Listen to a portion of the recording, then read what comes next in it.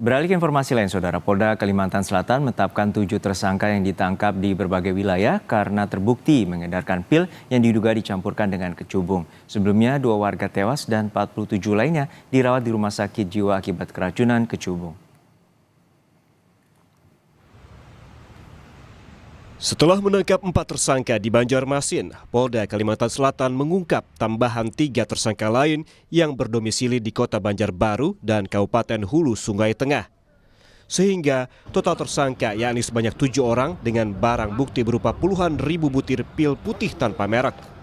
Ketujuh pelaku ditetapkan tersangka karena terbukti mengedarkan pil yang diduga dicampurkan dengan kecubung yang telah menewaskan 2 orang dan 47 lainnya dirawat di Rumah Sakit Jiwa Sambang Lihum. Polisi hingga kini masih melakukan uji lab terhadap sampel obat untuk memastikan apakah ada kandungan kecubung dalam obat yang diedarkan oleh para tersangka. Para tersangka dikenai pasal 435 Undang-Undang Nomor 17 Tahun 2023 tentang kesehatan dengan ancaman 12 tahun penjara. Kita sudah mengamankan saudara M dengan 20.000 butir pil putih. Kemudian ada juga dari Polres HST itu juga mengamankan ada 1.000 butir, ya.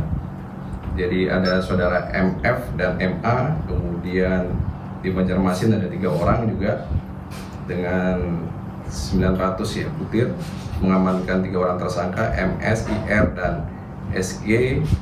Kemudian di Banjarbaru juga mengamankan 1 orang tersangka itu atas nama NH nih, ya, BB-nya 600 butir. Sementara itu, pihak Rumah Sakit Jiwa Sambang Lihum Banjarmasin, Kalimantan Selatan mengungkap penyebab 47 warga dirawat di Rumah Sakit Jiwa akibat mabuk kecubung. Psikiater konsultan adiksi Rumah Sakit Jiwa Sambang Lihum, Kabupaten Banjar, meminta keterangan dari sejumlah pasien rawat jalan. Pasien mengaku mengonsumsi 2 hingga 5 butir obat jenis tertentu yang dibeli secara bebas dengan penjual yang sama dan dicampur dengan kecubung.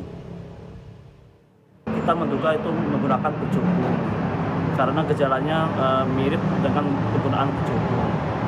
Nah, mereka tuh sebelumnya sudah biasa meminum pil Zinet, ya.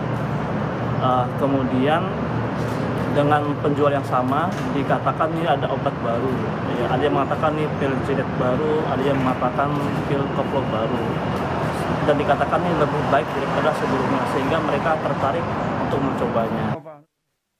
Sebelumnya, akibat mengonsumsi kecubung, dilaporkan 2 orang tewas dan 47 warga lainnya harus dirawat di Rumah Sakit Jiwa Sambang Lihum. Pemerintah Kota Banjarmasin telah meminta warganya untuk mengawasi lingkungan mereka, termasuk anggota keluarga, untuk menghindari bahaya mengonsumsi kecubung.